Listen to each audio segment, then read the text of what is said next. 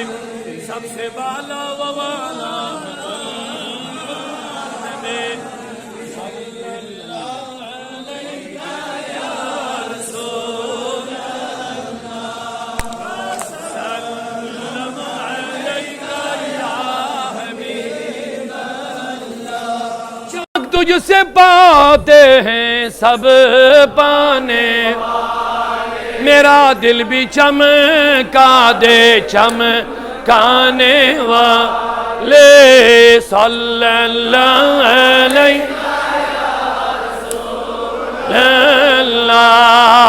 وسلم علیکہ یا حبیب. بات کو میں ختم کرنے جا رہا ہوں. اونچی آواز سے پورا مجمع ایک مرتبہ سبحان اللہ کہہ دے. ایک مرتبہ دعا ہوگی انشاءاللہ, اس کے بعد نماز ہوگی. تو میں کہہ رہا تھا ابو بکر صدیق نے جان کی بھی قربانی, مال کی بھی قربانی. میرے نبی نے فرمایا ابو بکر تیرا پیسہ مجھے پسند ہے. ابو بکر نے عرض کیا رضی اللہ عنہ, آقا پیسہ تو پیسہ, سب کے پاس پیسہ, میرا کیوں پسند ہے؟ کہا تیرے پیسے سے اسلام کی مسجدیں بنی ہیں. کیا کچھ نہیں ابو بکر صدیق کی عظمتیں شانیں.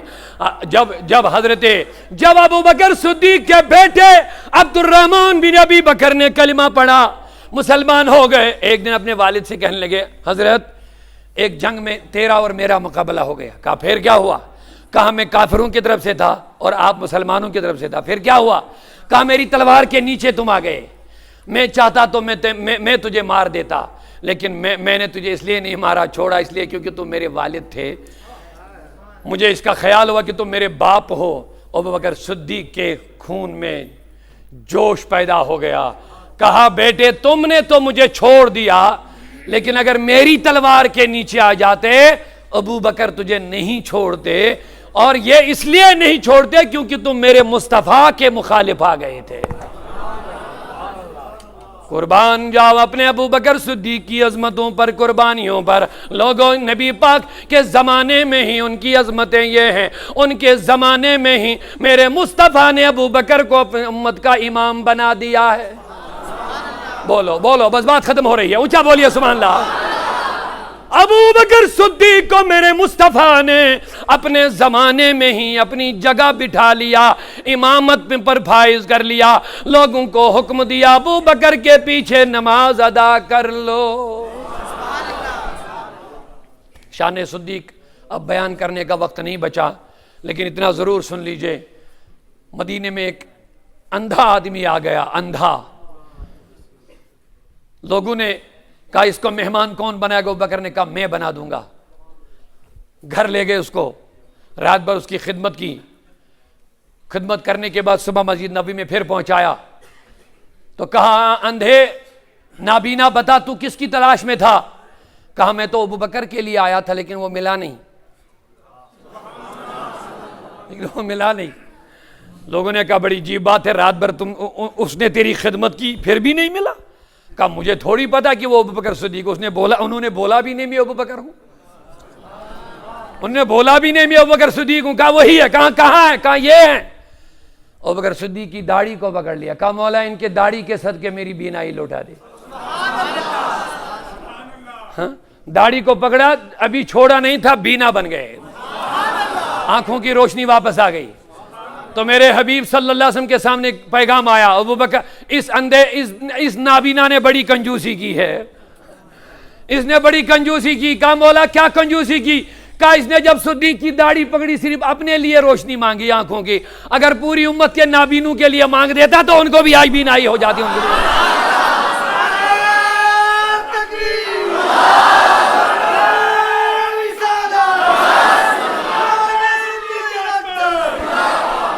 خدا کے جب سیدنا صدیق اکبر رضی اللہ تعالی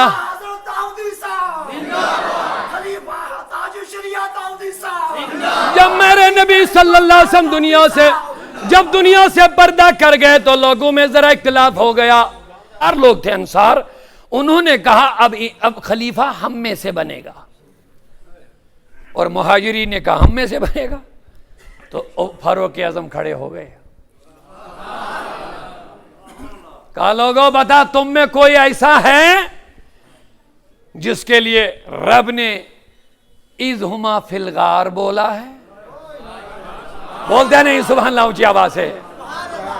کیا تم میں سے کوئی ایسا ہے جس کے لیے رب نے کہہ دیا اذ ہما فی الغار؟ تم میں سے کوئی ہے جس کے لیے رب نے یہ کہا ثانی اثنین؟ تم میں سے کوئی ایسا ہے جس کے لیے رب نے قرآن میں کہا اذ یقول لصاحبہ؟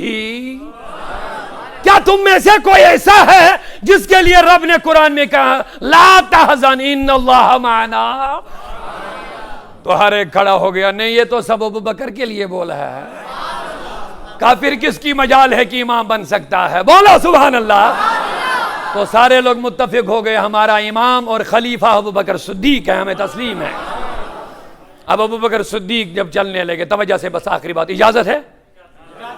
توجہ سے بولیے سبحان اللہ مرتبہ.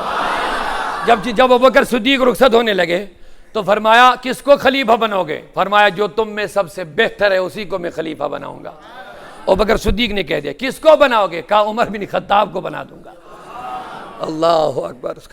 فاروق اعظم کو جب خلیفہ بنایا گیا ابو بکر صدیق کے ذریعے, تو لوگوں نے اعتراض جتایا, ابو بکر اللہ کو کیا جواب دو گے کہ خود دنیا سے نکل گئے, لیکن لوگوں پر اتنا جلالی آدمی تم نے خلیفہ بنایا, جلالی آدمی, تو یہ کیا کیا؟ کہا جب مجھے اللہ سے کہے گا تم نے لوگوں کے لیے کس کو خلیفہ بنایا, تو میں جواب دوں گا جو لوگوں میں اس وقت سب سے بہتر تھا اسی کو میں نے خلیفہ بنایا. اب یہ ایک دوسرا موضوع ہے, ادھر نہیں جائیں گے, لیکن فاروق اعظم فرماتے ہیں جب حضرت ابوبکر صدیق کا وفات ہوا, ان کی وفات ہوئی, تو میں نے لوگوں سے کہا مجھے کوئی خاص بات بتاؤ ابوبکر صدیق کی جو میں کرنا چاہتا ہوں. تو لوگوں نے کہا امیر المومنین فاروق اعظم سن لے, ابو بکر کی ہر بات خاص ہی خاص ہے, ان کی ہر ادا خاص ہی خاص ہے, لیکن ایک چیز ضرور ہے جو کوئی نہیں دیکھ پا رہا تھا, وہ روزانہ اس پہاڑی سے اوپر جنگل میں جاتے تھے, آگے تنہا جاتے تھے, کسی کو پتہ نہیں ہوتا تھا کہاں جاتے ہیں کیا کرتے ہیں, پھر واپس آ جاتے تھے. ابو بکر صدیق کو ساتھ کچھ لیتے تھے, کہاں کچھ روٹیاں ساتھ لیتے تھے. فرمایا جب یہاں سے جاتے تھے تو واپس آ کر کے روٹیاں ساتھ نہیں ہوتی تھی. حضرت فاروق اعظم نے بھی روٹیاں پکائی, ادھر ہی اسی راستے سے نکل گئے, نکلتے گئے, چلتے گئے, بہت لمبا سفر پیدل طے کر کے آگے ایک کمزور نحیف ناتوان بزرگ کو دیکھا جس کی بینائی نہیں, جس کے منہ میں دانت نہیں, جو بول نہیں پاتا, چل نہیں پاتا, کچھ حرکت بھی زیادہ نہیں کر پاتا ہے. اور فاروق اعظم سمجھ گئے امیر المومنین اسی کو کھانا کھلانے کے لیے شاید ادھر آیا کرتے تھے, چلو اچھا ہوا اب ان کے بدلے میں کھلا دوں گا. لیکن دیکھا تو ان کے منہ میں جب روٹی کا ٹکڑا ڈالا تو بوڑھے آدمی نے رو کر انا للہ و انا الیہ پڑھا. فاروق اعظم چوک گئے, کہا کس پر انا للہ پڑھا؟ کہا مجھے لگ رہا ہے ابو بکر دنیا سے جا چکے ہیں. کہا تجھے کیسے پتا چلا کہ میں نہیں؟ تو اندھے نابینا ہے، یہ تجھے کیسے پتا چلا کہ میں ابو بکر نہیں ہوں؟ تم کو تو کوئی بولنے بتانا والا نہیں، تو دیکھنے والا بھی نہیں۔ کہا سن، مجھے کیسے پتا چلا؟ تم نے تو مجھے روٹی کھلائی صدیق کی سنت کو زندہ کرنے کے لیے، ٹھیک ہے تجھے اللہ جزا دے، لیکن ابو بکر خود منہ میں پہلے روٹی چباتے تھے، پھر اپنی زبان سے میرے گلے پر ڈالتے تھے، پھر یہ نیچے جاتی تھی روٹی۔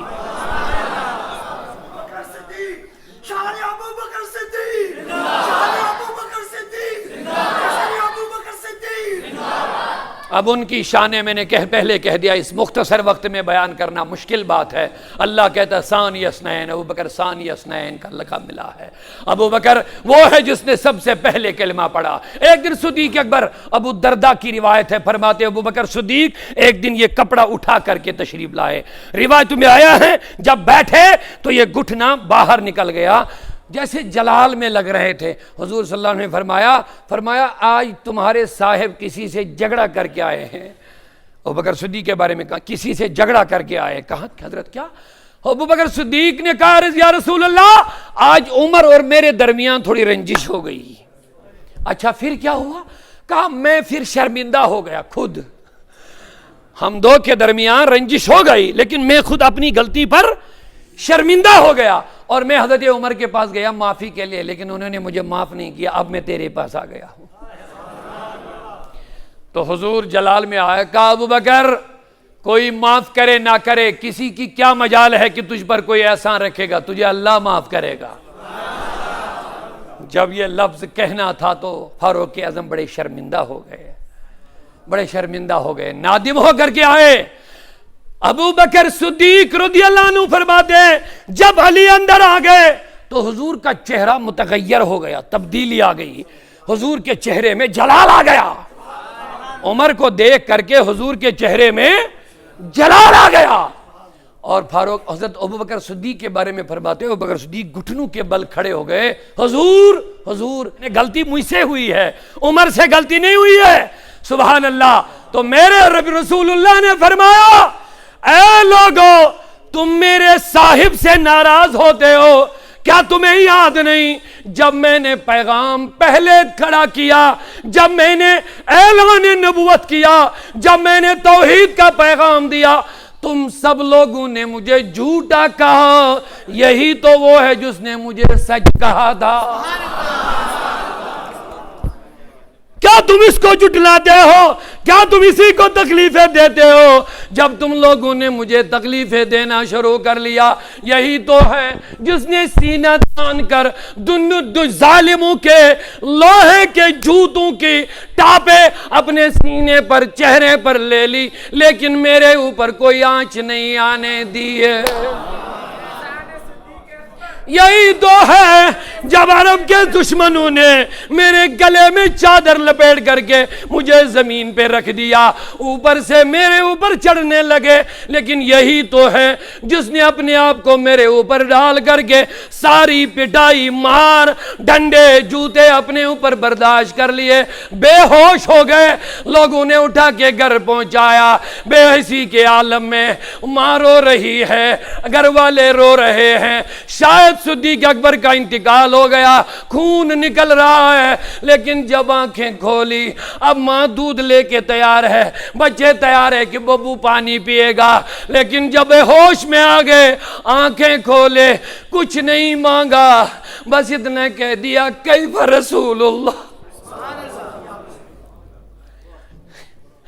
این رسول اللہ، میرے رسول کہاں ہے؟ ماں نے کہا ابو بکر تیری حالت دیکھ کیسی ہے، تجھے پھر بھی اپنی فکر ہے، حضور کو کیا، وہ تو خود چلے گئے کہیں، تجھے کیا، تو اپنی سوچ تجھے کیا ہو رہا ہے، چھوڑ اس راستے کو۔ کہا میں سب کچھ چھوڑوں گا، محمد کو نہیں چھوڑوں گا۔ مسلم ہے، مسلم ہے محمد سے،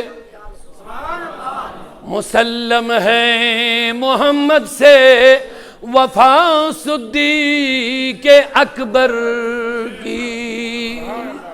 اللہ تعالیٰ ہمیں کہنے کی، سننے کی اور عمل کرنے کی توفیق عطا۔ ادھر سے فرمائش آ رہی ہے، 2 شعر کشمیری میں پڑھ لیں گے انشاءاللہ رحمان، محبتوں کے ساتھ سبحان اللہ کہہ دیں اونچی آواز سے۔ صلی اللہ علیہ یا رسول وسلم علیہ یا حبیب، صلی اللہ علیہ یا رسول،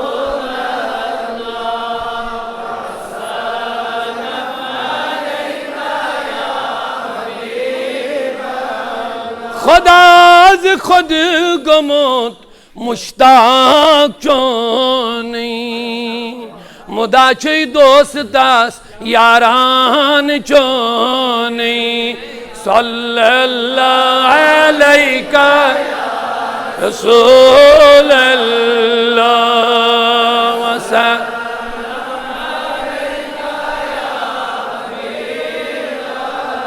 یا رسول اللہ قدم چانی مبارک لا مکانس، جہانس پوشون نوران چونی، صلی علیہ وسلم۔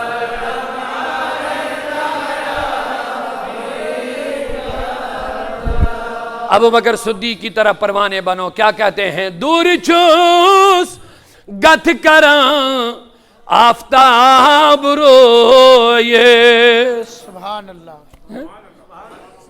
گت مانے ارد گرد گھومنا، جیسے پروانہ شمع کے ارد گرد گھومتا ہے، چراغ کے ارد گرد گھومتا ہے، بالکل سیم جب میرے حضور نے ہجرت کی تو ابو بکر صدیق کبھی پیچھے، کبھی دائیں، کبھی بائیں، کبھی آگے، تو اسی طرح گھوم رہے ارد گرد۔ لوگوں نے کہا ابو بکر یہ کیا کر رہے ہو، دائیں بائیں آگے پیچھے یہ کیا کر رہے ہو؟ ابو بکر کو میرے مصطفیٰ نے فرمایا کیا کر رہے ہو؟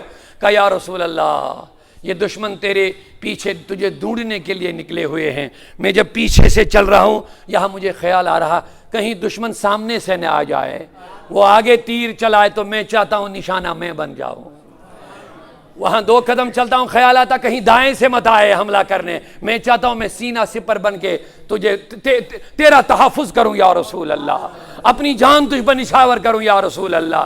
دور چوس گت گران آفتاب رویس، حضرت چوک شمع بچوس پروان چونی، صلی اللہ علیہ یا رسول